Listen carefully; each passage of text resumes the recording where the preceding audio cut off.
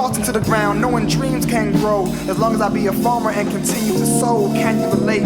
With the man that the world hates, but still I'm not fake.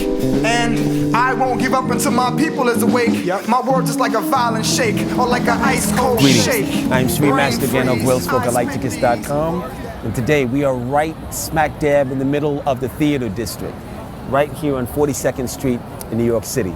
Thank you for joining us for another episode of Questions and Answers.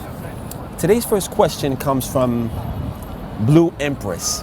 And she asked this question 5 months ago on YouTube. What I've done is I wanted to give the YouTube followers a service of calling through certain of the questions and making sure that I get to you guys, so I haven't forgotten it. Blue Empress asks, greetings, Street Master Gano Grills. I'm trying to understand the ending of the salat you were saying. I had to find what you were saying and what you were talking about.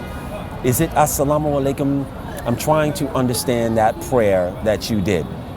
What Blue Empress is talking about was there was a video that I did when I was in the Divine World Seminar in LA last year.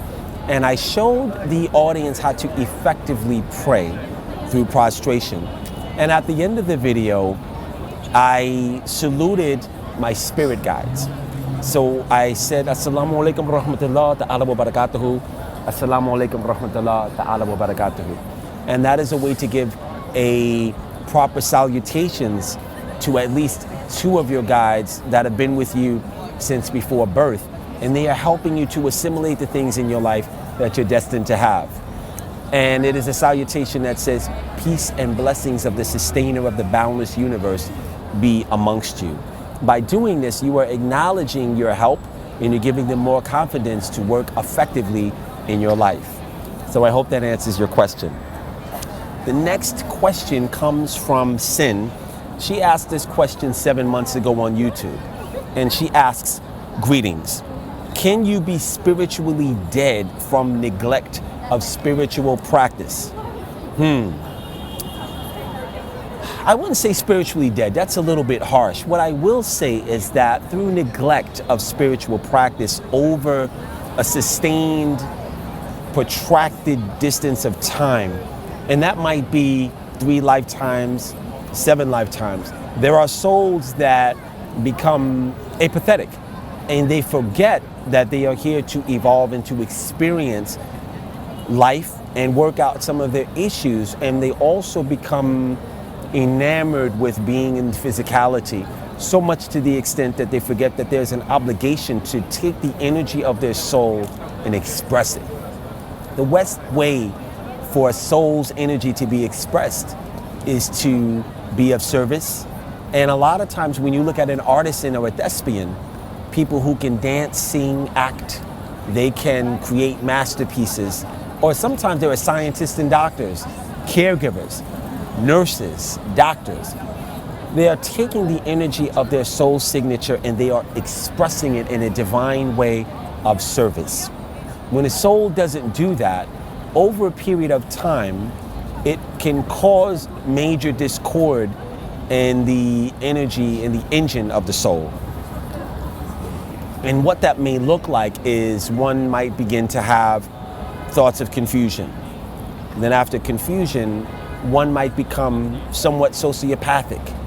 After the sociopathy, one will become suicidal. Then the energy of the soul begins to lose its luster and it becomes black. Again, I don't mean dark matter, plasma, cosmic plasma, or melanin. This is not a caste system energy thing. This is the quantum mechanics of the soul that the gods had put together as a vehicle to be expressed here on earth. The gods express their will through the creation of your soul, and the gods expect the soul to express itself fully. So when you look at people who have something very powerful to offer to this world, it is because their divine parents encoded the codex of the soul to carry their will to be expressed here on planet Earth. And when that is not allowed to happen through procrastination and soul neglect and the inability to evolve because the soul has become lazy, there are repercussions that do happen over time. And one of the worst case scenarios is that The soul is made up of a primordial light. That light will begin to get dimmer, and the soul will actually become dim, and eventually it'll get dark. And sometimes the light of the soul will actually falter, and that's when the soul actually decides to leave this world and go back to the gods to be reassigned to another conscious entity. So I hope that answers your question. And lastly, what I would say is that it is inherent on everyone to do their job and express the energy of the soul. Sometimes there are energies that need to be expressed that are dark. And when I say dark, I mean sometimes there are gods of war, or there are gods of chaos and destruction that also give birth to children, and their energy also has to be expressed and fully fleshed out here on earth. These are the people that cause wars. These are some of the people that worked in the bomb technology field. These are some of the people who are constantly developing new weapons of mass destruction. These people like to develop ways of torture and mechanisms and things like that. These people are some of the darker souls whose parents are devils, jinns, demons, and gods that are made up of a different kind of light, the dark light. This is a real thing within the universe. So I hope that answers your question. I have another question that comes from Linda Black, and she asks, why is it that I don't dream? Could it be I just don't want to remember them? The question that you ask is your answer. You say, do you not want to remember them? When people have an event where they come into a divine being and they wake up out of their sleep like, it's very, very shocking to the mechanics of the senses to see a being that doesn't belong in your reality. And that reality is your third dimensional consciousness. So when you take that consciousness with you into the dream world and you see that you can breathe underwater, that you can fly through the air, or that you have abilities that don't make sense in this world, it can be very shocking. And what that causes, if you don't work to understand that reality, you may develop insomnia.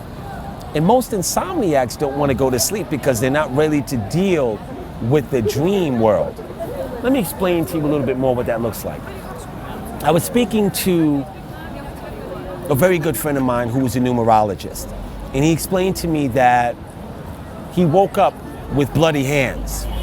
He remembers fighting a war in the dream state, but he hadn't done anything to make his hands bleed in his sleep. So what I explained to him is that a lot of people make the mistake of not preparing to go to sleep by not inviting the energy of lower astral planes to come into their visual states so that they go to the wastelands of a lower dimension. One of the things that's very important, that before you go to sleep, you need to understand that when you are sleeping, you're really going to awaken. And when you awaken, you are actually going back to sleep. This is the reason why they say merrily, merrily, merrily, merrily, life is but a dream. Life is an illusion that has a finite temporal limitation. But when you go to sleep at night, you are waking up to the reality of what your true abilities are as a multidimensional being. One of the things that I teach all of my students to do is to bring the energy of protection and bring the energy of their third dimensional mind so that they can have a lucid dream and really experience what their other homes are like. And that makes life really, really fascinating. So when you don't prepare to go to sleep, what's happening is you will be bringing some of the volatility of what you do as a warrior or as an angelic being when you're defending some of the worlds and the gates, because there are people that parole and really watch out for the borders on different cosmic stargates, and they have to stop some of the darker archons and the draconians and some of the Zeta Reticular Greys from breaching, coming in without a passport, if you will. And some of you guys have weapons and swords and different off-world instruments that actually protect our world. So you need to take it a step further by saying your prayers at night, connecting to the energy of Archangel Michael, maybe doing some decrees that actually will shore you up and give you the sovereignty of when you leave that world, You close down the gate so that they don't follow you back. And you definitely don't want to wake up with a stigmata or bloody hands. So I hope that this video has served you well. I am Sri Master Gano for Galighticus.com, and I'll see you on the next, spit all over the place. I am Sri Master Gano for Galighticus.com, and I'll see you on the next episode of Questions and Answers. Namaste. I try to turn books on the next page, giving me a piece of knowledge that can take me to the next stage. My mind is like atmospheres, different levels before it can get to space, or that space that can put me in my place.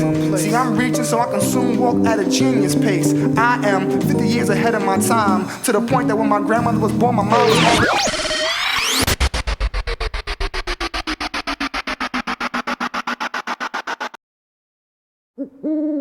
already